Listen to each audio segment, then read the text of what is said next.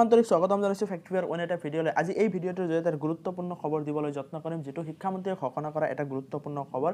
গোটেইখিনি বস্তু আপোনালোকৰ বাবে গুৰুত্বপূৰ্ণ হ'ব।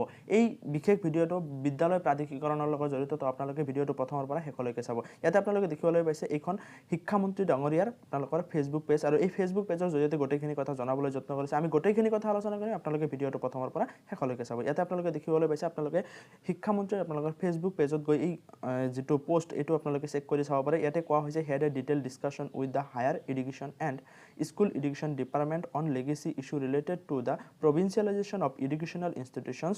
The departmental perspective will soon be presented to the cabinet. আপোনালোকৰ কেবিনেটত এইটো প্ৰেজেন্ট কৰা হ'ব। তাৰ বাবে আপোনালোকে কি হৈছে সাব কমিটি এটা গঠন কৰা হৈছে, যিদৰে আপোনালোকৰ শিক্ষামন্ত্ৰীয়ে তথা মুখ্যমন্ত্ৰীয়ে সময়ে সময়ে প্ৰতিশ্ৰুতি দিয়া আহিছিল যে আমাৰ যি বাদ পৰি থকা এই বিদ্যালয়সমূহ প্ৰাধিকৰণ কৰাৰ বাবে বিভিন্ন ধৰণৰ ব্যৱস্থা কৰাৰ ওপৰত গুৰুত্ব দিয়া হ'ব।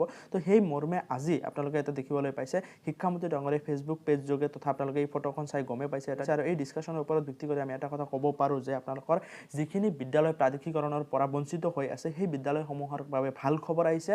আৰু আপোনালোকৰ এই সাব কমিটিখনৰ সহায়ত আপোনালোকৰ কোনবিলাক ক্ৰাইটেৰিয়া ফুলফিল কৰিব লাগিব গোটেইখিনি বিষয় আপোনালোকে বিতংভাৱে জানিবলৈ পাব, আৰু সেই কথাখিনি আপোনালোকে ইয়াতে স্পষ্ট হৈ গৈছে। তো আশা ৰাখিছোঁ ভিডিঅ'টোৰ পৰা আপোনালোকে গম পাইছে যে আপোনালোকৰ বিদ্যালয় প্ৰাধিকৰণৰ লগত জড়িত কাম কাজবিলাক আগবাঢ়ি আছে, আৰু সময়ে সময়ে কি আপডেট আহে সেইবিলাক আমি সময়ৰ সৈতে জনাবলৈ যত্ন কৰিম। তো ইউটিউবত আমাৰ চেনেলটো আপোনালোকে চাই থাকিবলৈ নাপাহৰিব। তো আজিলৈ ইমানে, আকৌ লগ পাম। জয় অসম।